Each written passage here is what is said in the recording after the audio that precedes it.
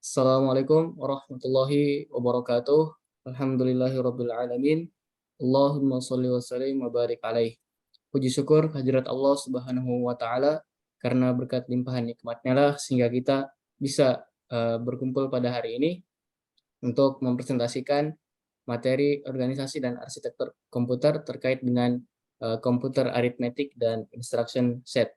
Tak lupa kita aturkan salawat serta salam kepada Nabiullah Muhammad Sallallahu Alaihi Wasallam karena berkat perjuangan beliaulah sehingga kita bisa merasakan indahnya Islam dan nikmatnya iman seperti saat ini.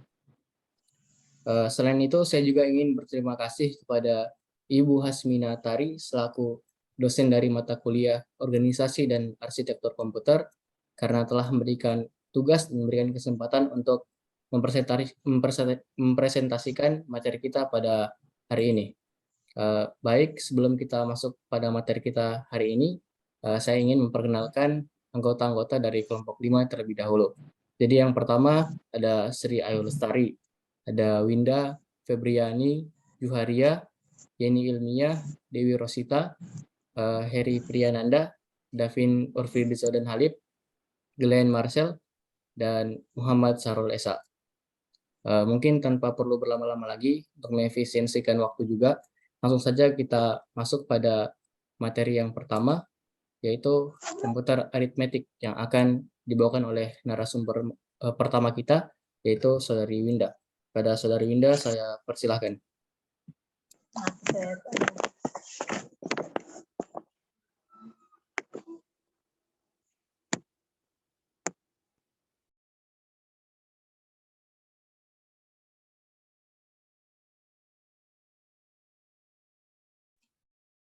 Slide-nya sudah kelihatan. Yang bersangkutan mungkin bisa diaktifkan mikrofonnya.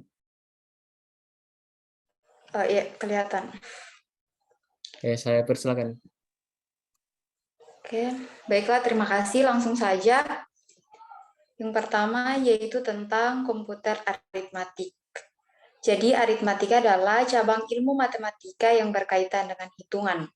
Dalam bahasa Arab sendiri, aritmatika dikenal dengan nama ilmu al-hisab. Selanjutnya yaitu pembagian dari aritmatika sendiri. Yang pertama yaitu satuan aritmatika dan logika. Aritmatika logic unit atau disingkat dengan ALU adalah bagian dari CPU yang berfungsi untuk melakukan operasi aritmatika dan operasi logika. Contoh dari operasi aritmatika sendiri adalah penjumlahan dan pengurangan, sedangkan untuk operasi logikanya adalah AND dan OR. Dalam operasi aritmatika, untuk pengurangan biasanya dilakukan dengan menambahkan tanda negatif atau minus pada sebuah angka. Namun dalam komputer hanya terdapat bilangan biner yang terdiri dari anggota 0 dan 1 yang tidak memiliki angka negatif. Oleh karena itu, operasi pengurangan di komputer dilakukan dengan beberapa metode, yaitu sig, n magnitude, ones complement, dan twos complement. Selanjutnya yaitu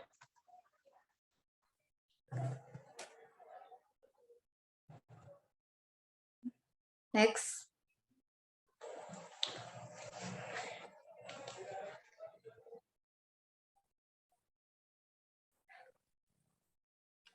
Sudah tertampil slide-nya? Ya, selanjutnya yaitu tentang representasi bilangan bulat. Di sini ada beberapa metode yang digunakan. Pertama yaitu metode sign and magnitude. Pada metode ini untuk menyatakan bilangan bertanda negatif yaitu dengan menggunakan salah satu bit untuk menyatakan tanda tersebut. Bit yang digunakan untuk bit yang bernilai most significant bit atau disingkat dengan MSB atau bit yang berada paling kiri pada biner yang bernilai lebih dari 1 bit. Angka 1 pada MSB digunakan untuk menyatakan bilangan negatif. Contohnya adalah biner 1 bit yang terdiri dari 0 dan 1. Angka 0 digunakan untuk menyatakan bilangan positif dan angka 1 digunakan untuk menyatakan bilangan negatif.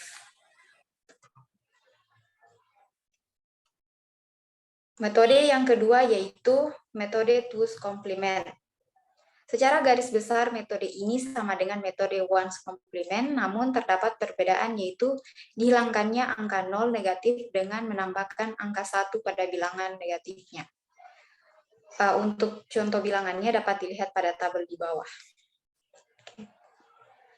Sekian dari saya kembalikan kepada moderator. Baik, setelah tadi pemaparan materi dari narasumber pertama kita, selanjutnya kita lanjut ke materi yang berikutnya, masih sambungan dari yang tadi, yaitu tentang representasi yang akan disampaikan oleh narasumber kedua kita, yaitu Saudari Ayu Lestari. Padanya kami persilakan.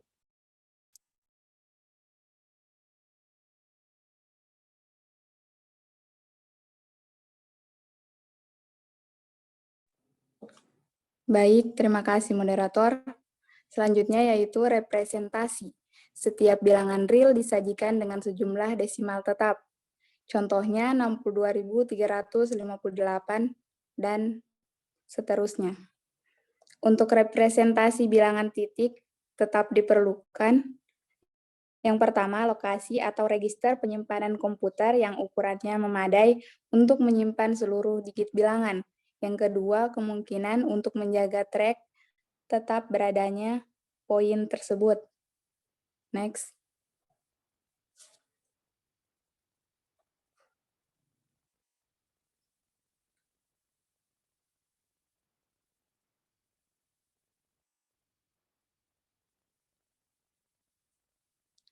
Kemudian, materi selanjutnya yaitu aritmatika bilangan bulat. Operasi aritmatika merupakan operasi dasar bilangan dalam matematika. Cabang ilmu dari matematika ini mengkaji bilangan bulat positif melalui proses penjumlahan, pengurangan, perkalian, dan pembagian. Operasi aritmatika merupakan fungsi paling sederhana dalam ilmu matematika. Umumnya terdiri dari penjumlahan, pengurangan, perkalian, maupun pembagian. Alasan mengapa operasi aritmatika merupakan operasi dasar dalam ilmu matematika, karena terdapat operasi bilangan lain yang memiliki tingkat kerumitan dan kecanggihan lebih tinggi, misalnya saja persentase, akar kuadrat, dan logaritma. Next.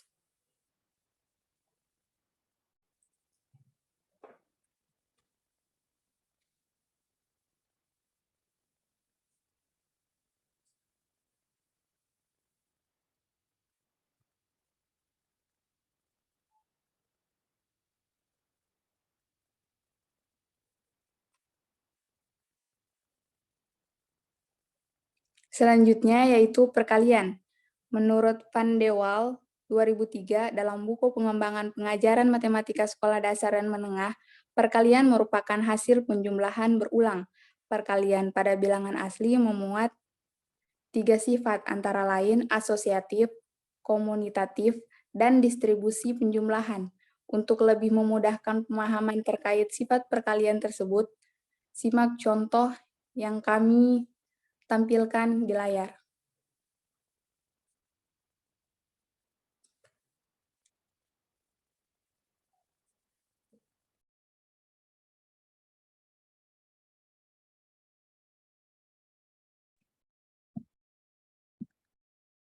Ya baik, Next. sudah kelihatan?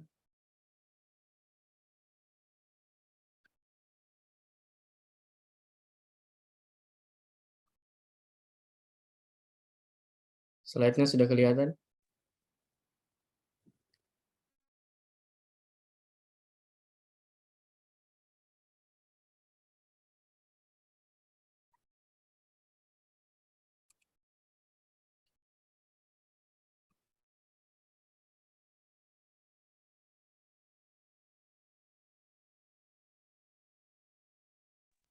Saudari Ayu, apakah slide-nya sudah kelihatan? Sudah tertampil atau masih slide yang tadi?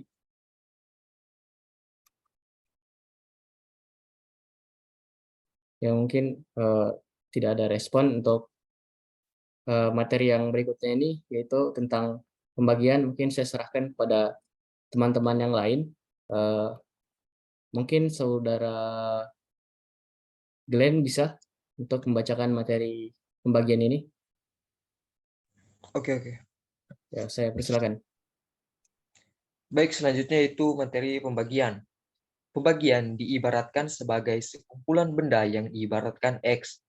Lalu, benda dibagi dalam jumlah yang sama dalam kelompok Y. Cara membaginya pun dilakukan secara berulang, sebanyak Y, hingga habis tiap dilakukan pembagian rata ke semua kelompok. Untuk lebih jelasnya, perhatikan contoh berikut. 40 dibagi 5 sama dengan 8. Pada soal di atas terdapat 8 kali pengambilan angka 5 hingga habis pada bilangan 40. Setiap kali pengambilan dibagi rata ke dalam 5 kelompok. Lanjut. Selanjutnya yaitu penjumlahan. Operasi penjumlahan merupakan dasar dari sebuah operasi hitung pada sebuah sistem bilangan. Terdapat beberapa sifat dari operasi penjumlahan, antara lain sebagai berikut. Pertama, himpunan semua bilangan real tertutup operasi penjumlahan. Untuk setiap real A dan B, maka A plus B merupakan bilangan real. Selanjutnya, operasi penjumlahan bersifat komutatif, yakni untuk setiap bilangan real A dan B, maka berlaku A plus B sama dengan B plus A. Lanjut.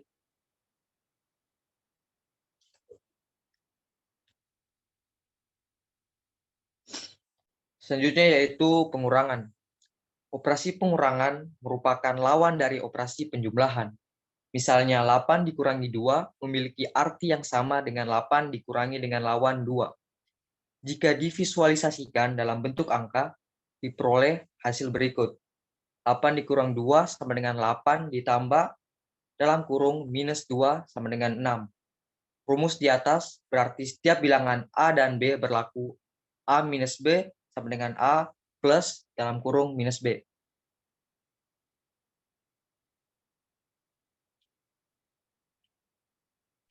Baik, terima kasih atas kesediaannya Saudara Glenn. Berikutnya untuk materi 9.4 yaitu representasi titik mengambang. Saya persilakan pada Saudara Dewi Rosita apabila ada. Ya, mungkin Saudari Rosita Dewi Rosita tidak ada. Mungkin teman-teman yang lain bisa menggantikan. Saudari Yeni Ilmiah mungkin bisa untuk membawakan materi ini. Saya persilakan. Saudari Yeni Ilmiah ada? Oke, mungkin jaringan. Saudari Winda bisa?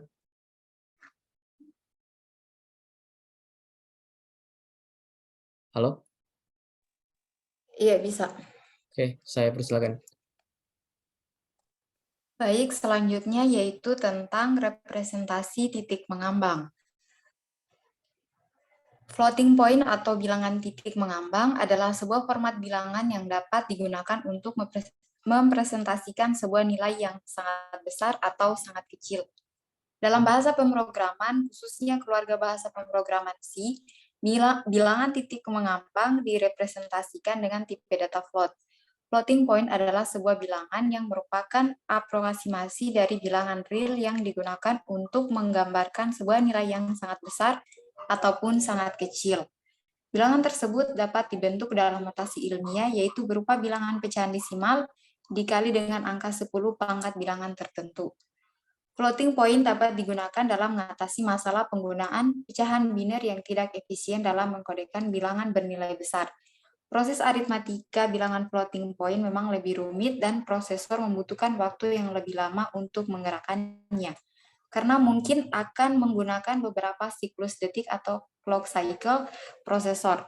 Notasi floating point dapat digunakan untuk mempresentasikan baik bilangan yang sangat besar atau n, bilangan yang sangat kecil atau dekat dengan 0, maupun bilangan yang terdiri dari keduanya. Floating point membuat proses operasi aritmatika menjadi relatif lebih mudah. Next.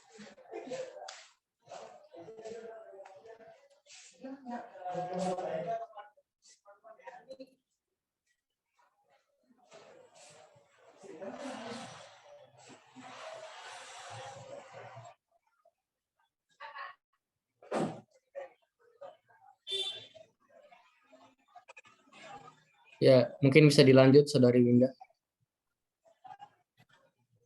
di aritmatika titik mengambang. Untuk materi selanjutnya yaitu aritmatika titik mengambang. Floating point atau bilangan titik mengambang adalah sebuah format bilangan yang dapat digunakan untuk mempresentasikan sebuah nilai yang sangat besar atau sangat kecil.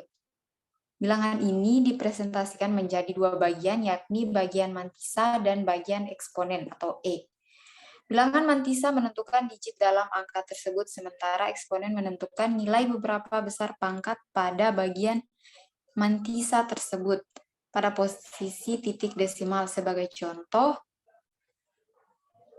bilangan 31.460.000 dan bilangan 0,000451 dapat dipresentasikan dalam bentuk bilangan floating point 316E5 dan 451E7.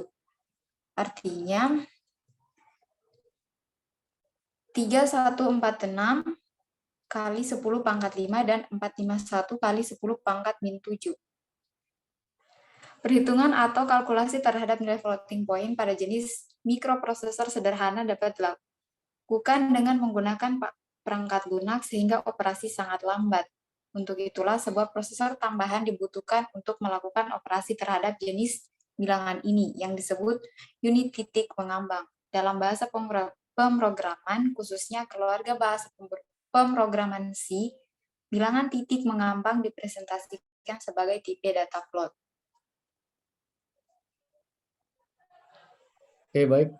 Terima kasih atas kesediaannya Saudari Winda. Berikutnya kita masuk pada materi chapter 10, yaitu instruction sets. Di sini 10.1 yaitu karakteristik instruksi mesin. Nah, mungkin untuk narasumber yang membawakan materi ini, saya persilakan kepada Saudari Ayu Lestari yang tadi sempat terkendala jaringannya. Ya, Saudari Ayu, apakah bisa membawakan materi ini? Bisa. Oke, saya persilakan. Baik, materi selanjutnya yaitu instruction set. Yang pertama, karakteristik instruksi mesin. Karakteristik adalah ciri-ciri khusus atau mempunyai sifat khas sesuai dengan perwatakan tertentu. Instruksi adalah perintah atau arahan untuk melakukan suatu pekerjaan atau melaksanakan suatu tugas. Mesin adalah perkakas untuk menggerakkan atau membuat sesuatu yang dijalankan dengan roda-roda dan digerakkan oleh tenaga manusia atau motor penggerak yang menggunakan bahan bakar minyak atau tenaga alam. Jadi, karakteristik instruksi mesin adalah ciri-ciri khusus atau sifat khas yang dimiliki oleh instruksi-instruksi atau kode operasi dalam pemrograman komputer. Operasi CPU ditentukan oleh instruksi-instruksi yang dieksekusinya. Instruksi-instruksi ini dikenal sebagai instruksi mesin atau instruksi komputer. Set fungsi dari instruksi-instruksi yang berbeda yang dapat dieksekusi oleh CPU dikenal sebagai set instruksi CPU. Next. Oke, baik. Satu slide lagi ya. Ya, saya persilakan.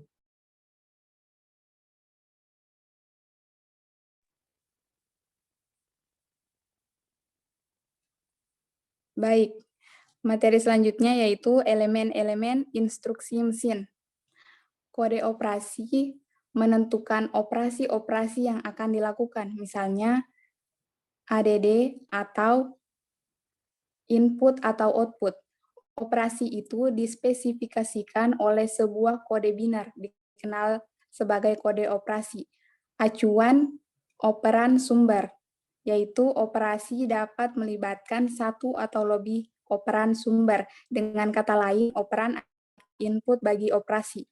Kemudian acuan operan hasil. Operasi dapat menghasilkan sebuah hasil. Dan yang terakhir acuan instruksi berikutnya, yaitu di mana elemen ini memberitahukan CPU posisi instruksi berikutnya yang harus diambil setelah menyelesaikan eksekusi suatu instruksi. Kemudian representasi instruksi. Di dalam komputer, instruksi dipresentasikan oleh sehimpunan bit opkode direpresentasikan dengan singkatan-singkatan yang disebut memorik yang mengindikasikan operasi. Contohnya adalah yang pertama atau menambahkan, yang kedua subtract atau pengurangan, yang ketiga multiply atau perkalian, yang keempat divide atau pembagian, yang kelima muatan data-data dari memori, yang keenam simpan data ke memori.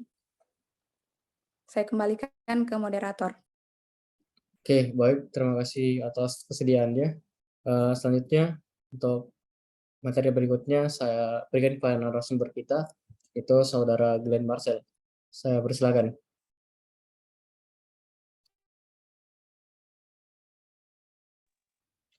Baik, saya akan melanjutkan materi yang sudah dipaparkan tadi. Selanjutnya itu jumlah alamat. Salah satu cara tradisional dalam menjelaskan arsitektur prosesor adalah dengan memakai jumlah alamat yang terdapat pada masing-masing instruksi. Instruksi aritmatika dan logika memerlukan operan yang berjumlah banyak. Secara virtual, seluruh operasi aritmatika dan logika merupakan uner atau unary atau satu operan atau biner dalam kurung 2 operan. Dengan demikian, memerlukan maksimum 2 alamat untuk acuan operan. Hasil sebuah operasi akan memerlukan alamat ketiga. Selanjutnya yaitu rancangan set instruksi. Salah satu hal yang paling menarik tentang rancangan komputer adalah rancangan set instruksi. Karena rancangan ini mempengaruhi banyak aspek sistem komputer, maka rancangan set instruksi sangat kompleks. Set instruksi menentukan banyak fungsi yang akan dilakukan oleh CPU, dan karena itu memiliki efek yang sangat menentukan implementasi CPU. Set instruksi merupakan alat bagi pemrogram untuk mengontrol CPU. Dengan demikian, kebutuhan-kebutuhan pemrogram harus menjadi bahan pertimbangan dalam merancang set instruksi. Selanjutnya yaitu elemen-elemen dari instruksi mesin atau set instruksi. Yang pertama itu operation code atau OP code, yaitu menentukan operasi yang akan dilaksanakan.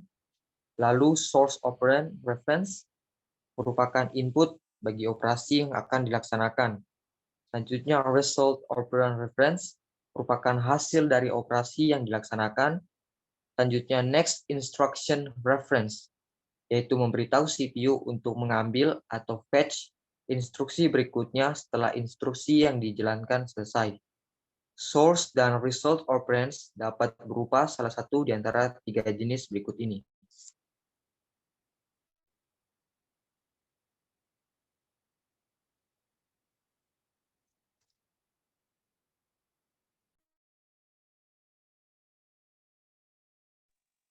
Baik, selanjutnya yaitu jenis operan.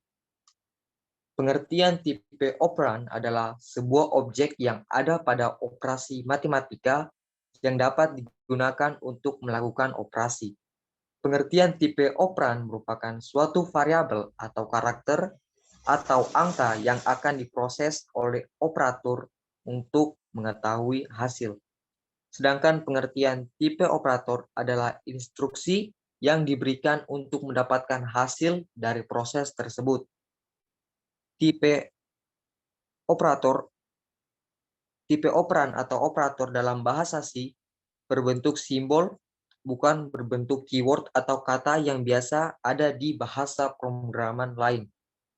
Simbol yang digunakan bukan karakter yang ada dalam abjad, tapi ada pada keyboard komputer kita seperti sama dengan, koma, titik, kali, dan sebagainya.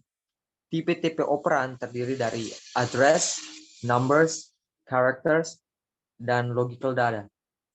Tipe-tipe operator sendiri terdiri dari 3 tipe, yaitu operator aritmatika, operator relasi, dan operator logika.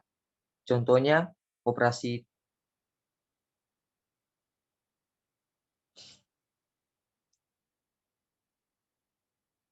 Contohnya operasi 7 tambah 3.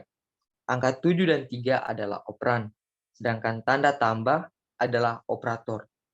Beberapa operator bisa mengubah nilai dari operannya sendiri, meskipun kebanyakan hanya sebagai penghubung antar operan.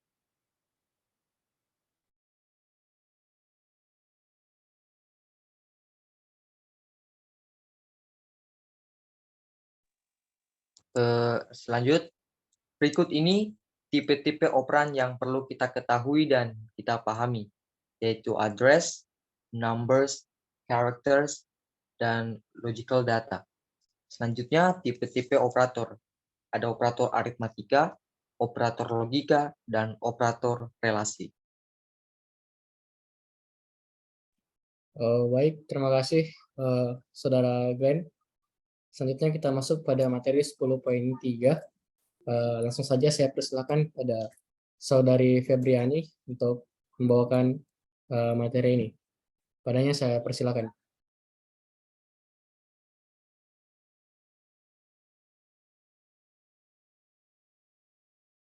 Saudari Febriani. Apakah Saudari Febriani ada? Ya, kalau tidak ada,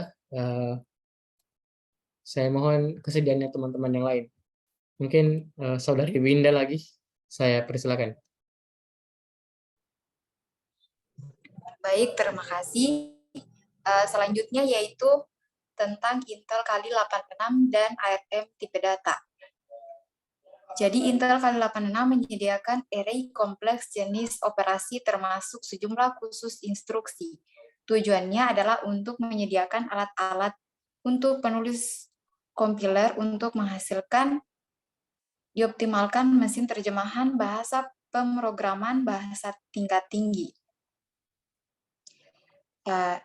Daftar jenis dan memberikan contoh masing-masing.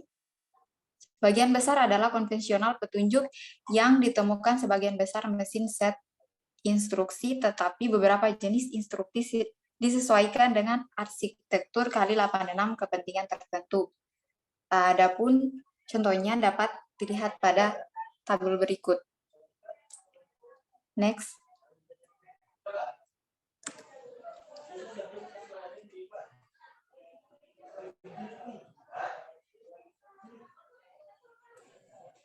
Ya, lanjut Saudari Winda. Untuk materi selanjutnya yaitu ketika prosedur baru disebut berikut harus dilakukan pada saat masuk ke prosedur baru. Pertama, dorong titik pengembalian stack, dorong frame pointer saat di stack, salin stack pointer sebagai nilai baru dari pointer bingkai, kemudian sesuaikan stack pointer untuk mengalokasikan frame. Instruksi panggilan mendorong arus nilai instruksi pointer ke stack dan menyebabkan melompat ke titik masuknya prosedur dengan menempatkan alamat entry point dalam instruksi pointer. Di 8088 dan 8086 mesin, kas prosedur dimulai dengan urutan push F, move F, ESP, sub ESP, space for locals. Mana EPB adalah frame pointer dan ESP adalah pointer stack di 802686 dan kemudian mesin enter instruksi melakukan semua operasi tersebut dalam instruksi tunggal. Instruksi enter ditambahkan ke set instruksi untuk memberikan dukungan langsung untuk compiler. Instruksi juga termasuk fitur untuk mendukung apa yang disebut prosedur bersarang dalam bahasa seperti Pascal, COBOL, dan ada atau tidak ditemukan C atau Fortran. Ya, selanjutnya. Ya, lanjut.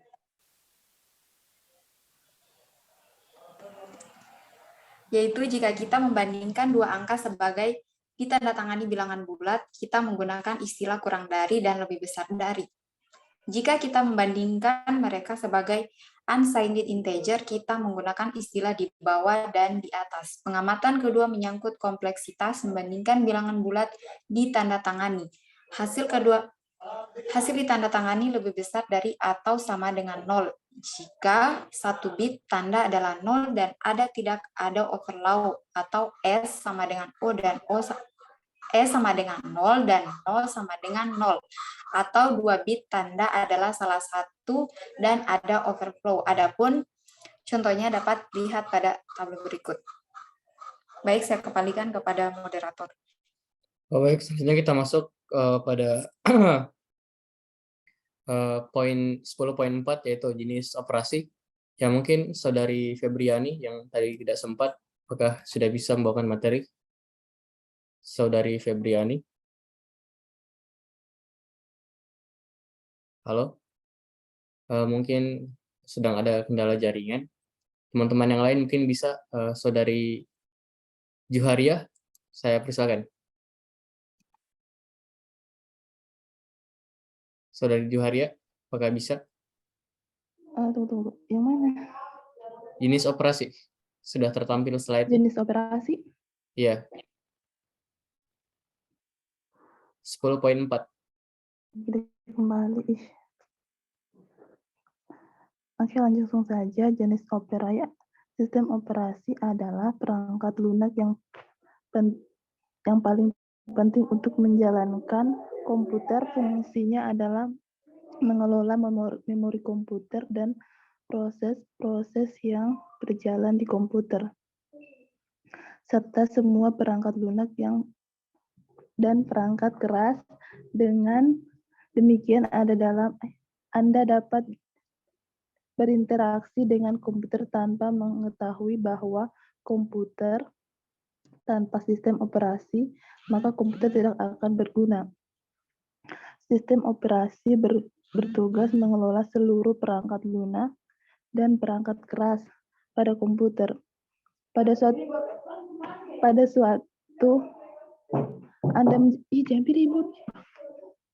Anda menjelaskan beberapa perangkat lunak sekaligus di komputer Anda, dan dengan demikian beberapa perangkat lunak tersebut memerlukan akses ke CPU, memori, dan media penyimpanan. Sistem operasi mengatur proses-proses tersebut untuk memastikan setiap perangkat lunak berjalan normal.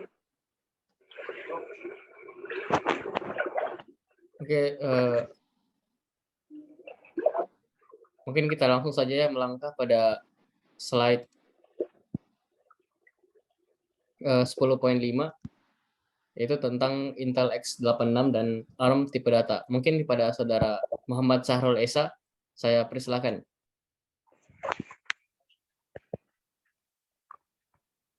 Halo? Apakah slide-nya sudah kelihatan, Saudara Muhammad Sahrul Esa? Siap-siap kelihatan. Oke, saya persilakan. 10.5 itu Intel X86 dan ARM tipe data. Prosesor ditunjukkan untuk komputer mikro ini adalah yang paling banyak digunakan orang di seluruh dunia. Memang prosesor berdasarkan arsitektur Intel dan AMD X86, AL39 atau dikenal sebagai Intel X8632 dan X8664 yang pada gilirannya melampirkan dua implementasi berbeda, AMD 64 dan Intel 64, dan yang mengeksploitasikan arsitektur ARM yang terutama kita bicarakan di sisi atau seluler. Nah, untuk arsitektur ARM pada kenyataannya tidak pernah memulai produksi serial prosesornya, tetapi dia itu melisensiasikan desain dan patennya kepada perusahaan lain yang kemudian membuat prosesor dan memulai bisnis mereka sendiri.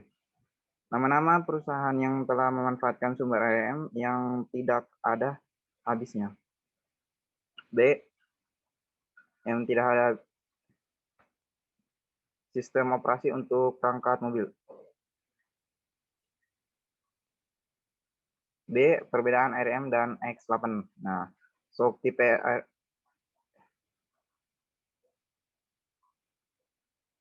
B. Perbedaan ARM dan x86. Nah, SOC tipe ARM reset didasarkan kepada serangkaian instruksi terbatas yang memungkinkan pembuatan arsitektur sederhana dan linear. Arsitektur RISC didefinisikan toko beban karena mereka hanya mengizinkan akses ke memori dengan instruksi tertentu. Mereka membaca dan menulis data dalam registrasi mikroprosesor, sementara semua instruksi lain memanipulasi data yang terkandung dalam mikroprosesor.